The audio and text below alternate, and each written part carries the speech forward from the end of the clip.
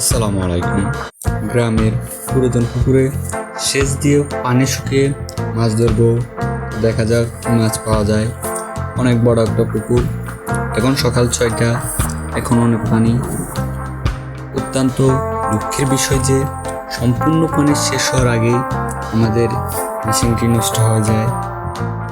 যেহেতু এত বেশি পানির ভিতরে মাছ ধরা সম্ভব না, তাই আমরা কলস দিয়ে কিছু পানি কমানোর চেষ্টা করি।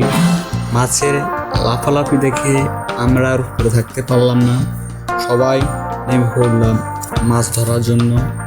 সকলে ছোট মাছগুলো ধরতেছিল আর আমি একটু বড় মাছ ধরার চেষ্টা করতেছিলাম। অবশ্যই কাদার কারণে মাছগুলো ধরা যাচ্ছিল না, এদিক ওদিক ছোটাছুটি করতেছিল। এই পুকুর থেকে আমরা কি মাছ পেয়েছি তা ভিডিওর শেষে দেখাবো। ছোট মাছগুলো মশারি দিয়ে ধরতেছিল। সবচেয়ে আশ্চর্য বিষয় হচ্ছে এই পুকুরে কোনো রেণুপোনা ছাড়া হয়নি। সম্পূর্ণ প্রাকৃতিক নিয়মে প্রতি বছরই এই পুকুরে মাছ পাওয়া যায়। ভিডিওটি যদি ভালো লেগে থাকে তাহলে অবশ্যই চ্যানেলটি সাবস্ক্রাইব করবেন। আমার সাথে সাথে আমার ভাগিনা মাছ ধরার জন্য নেমে গেছে।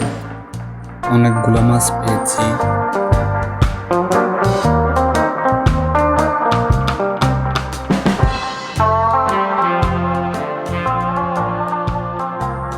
গজার মাছগুলো সাইজ ছিল অনেক বড়, সব থেকে গজার মাছ বেশি পেয়েছি।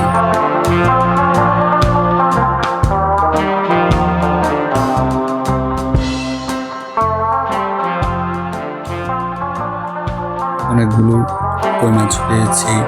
কই মাছগুলো ছিল অনেক বড় বড়।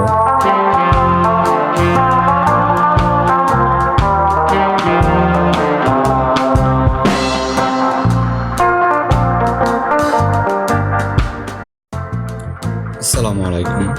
গ্রামের পুরাতন পুকুরে সেচ দিয়ে পানি শুকিয়ে মাছ ধরবো। দেখা যাক কি মাছ পাওয়া যায়। অনেক বড় একটা পুকুর। এখন সকাল 6টা, এখন অনেক পানি। অত্যন্ত দুঃখের বিষয় যে সম্পূর্ণ পানি শেষ হওয়ার আগেই আমাদের মেশিনটি নষ্ট হয়ে যায়। যেহেতু এত বেশি পানির ভিতরে মাছ ধরা সম্ভব না, তাই আমরা কলস দিয়ে কিছু পানি কমানোর চেষ্টা করি। মাছের লাফালাফি দেখে আমরা আর উপরে থাকতে পারলাম না, সবাই নেমে পড়লাম মাছ ধরার জন্য। সকলে ছোট মাছগুলো ধরতেছিল আর আমি